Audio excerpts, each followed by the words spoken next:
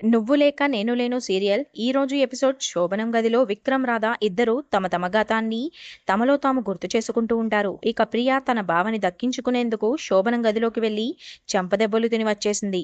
ప్రియా అలా శోభనం గదిలోకి వెళ్లడం, బావ కోసం పిచ్చి పనులు చేస్తుండడం చూసి కూతురిని మందలిస్తుంది దమయంతి.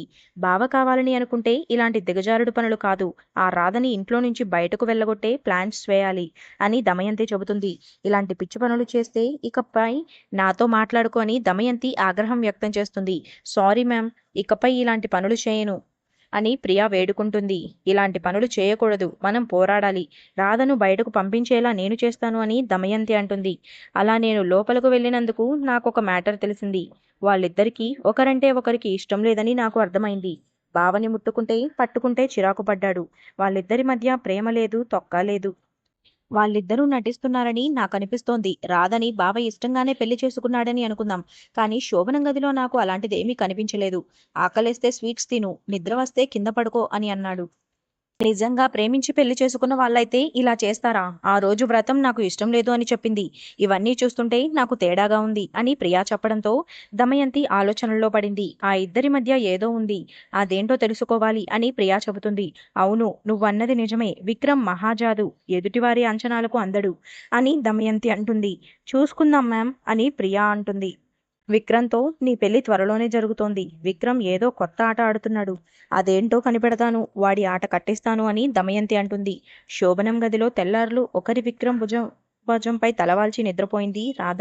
వంటగదిలో మొనాలిసా కాస్త కష్టపడి హడావిడి చేసింది. కిచెన్లో సునంద, నందగోపాల్ ఇద్దరూ కామెడీ చేశారు. కొడుకు కోడలి టిఫిన్ కోసం సునంద హడావిడి చేసింది.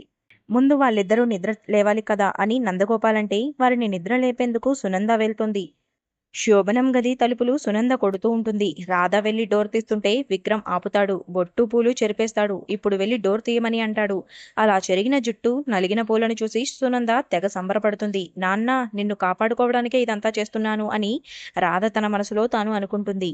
ఇంతలో ఇంటికి పంతులు వస్తాడు. నల్లపూసల కార్యక్రమం 16 రోజుల కార్యక్రమం చేయడానికి పిలిచాను అని సునంద చెబుతుంది. దీంతో సునంద అమ్మ ఆగ్రహం వ్యక్తం చేస్తుంది. అసలు పెళ్ళే తప్పు అని అంటుంది. ఇంతలో విక్రమ్ రాధలను సునంద పిలుస్తుంది. అసలు ఈ ఇంట్లో పెద్ద ఎవరు అని దమయంతి అడ్డుపడుతుంది. కొత్త జంటకు 16 రోజుల పండగ తప్పేంటి అని సునంద ప్రశ్నిస్తుంది.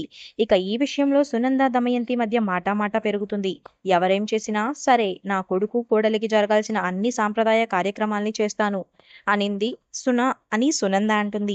ఇక ఇంతలో దుర్గా ఎంట్రీ ఇస్తాడు. ఎవడ్రా నువ్వు, ఇంట్లోకి వస్తున్నావు అని దమయంతి అడుగుతుంది. సరాసరి కాదు, ఎన్నో చోట్ల తిరిగి నా గమ్యానికి చేరుకున్నాను, అంతే కదా రాధా అని దుర్గా అంటాడు. రాధా, ఇతను నీకు తెలుసా అని రాధని దుర్గ గురించి సునంద అడుగుతుంది. ఆకాశాన్ని నీకు చంద్రుడు తెలుసా అని అడిగితే ఎంత విచిత్రంగా ఉంటుందో, నా గురించి రాధకి తెలుసా అని అడిగితే కూడా అంతే విచిత్రంగా ఉంటుంది అని దుర్గా అంటాడు. నేను ఆకాశాన్ని అయితే రాధ చందమామ అని దుర్గ అంటే నందగోపాల్ కోపం రగిలిపోతాడు. దుర్గ ఎక్కడ నిజం చెప్పేస్తాడో అని రాధ తెగ టెన్షన్ పడుతుంది. ఇంతలో ఎపిసోడ్ కూడా ముగుస్తుంది. మరి రేపటి ఎపిసోడ్లో ఏం జరుగుతుందో చూడాలి.